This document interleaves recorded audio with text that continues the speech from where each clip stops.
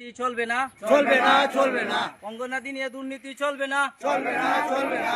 গুমরা খেলামায় অঙ্গনওয়াড়ি কেন্দ্রে ব্যাপক দুর্নীতি, শিশুদের খাদ্য লুণ্ঠনের অভিযোগ। পশ্চিম কাটিগড়া খেলমা তৃতীয় খণ্ডের 49 নং অঙ্গনওয়াড়ি কেন্দ্রে ব্যাপক দুর্নীতির অভিযোগ। দীর্ঘদিন ধরে শিশুদের খাদ্য সামগ্রী সহ অঙ্গনওয়াড়ি কেন্দ্রের নামে বরাদ্দকৃত আত্মসাৎ করার অভিযোগ অঙ্গনওয়াড়ি কর্মী রাজমতি দাসের বিরুদ্ধে। শনিবার এক সাংবাদিক সম্মেলন করে স্থানীয়রা অভিযোগ করে বলেন, অঙ্গনওয়াড়ি শিশুদের নামে সরকারি কোটি কোটি টাকা বরাদ্দ করলেও সরকারের দেওয়া সুযোগ সুবিধা থেকে বঞ্চিত খেলমা তৃতীয় খণ্ডের শিশুরা।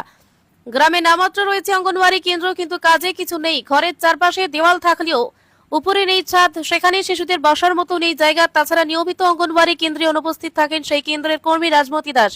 সরকার থেকে দেওয়া খাদ্য সামগ্রী পান না সেই কেন্দ্রের শিশুরা। শিশুদের নামে বরাদ্দকৃত খাদ্য সামগ্রী লুণ্ঠনের অভিযোগ অঙ্গনওয়াড়ি কর্মী রাজমিতা দাসের বিরুদ্ধে। তাছাড়া গত কয়েক মাস আগে থেকেই সেই কেন্দ্রে পরিচালনা কমিটির মেয়াদ শেষ হলে এখন পর্যন্ত পরিচালনা কমিটির গঠন করা হয়নি বলে অভিযোগ। নানা অভিযোগের পরিপ্রেক্ষিতে শনিবার কালাইন শিশু উন্নয়ন প্রকল্পে লিখিত নালিশ জানান গ্রামবাসীরা।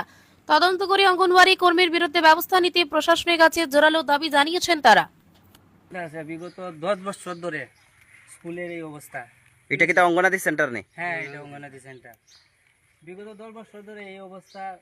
ক্লাস হয় না, ইয়ে হয় না। চারদিকে ওয়াল আছে কিন্তু টিনের চাল নাই, ঠিক আছে, দরজা নাই, জানালা নাই, মানে কোনো রকম সেফটি নাই এখানে, ঠিক আছে। এরপরে অটোমেটিক ভাঙিয়ে পড়ে যায় এটা, ঠিক আছে। এখন এই যে এখানে যে শিশুরা বয়ে যে ক্লাস করব, হঠাৎ যদি ভাঙিয়ে পড়ে যায়, এটার দায়িত্বটা কে নেবে?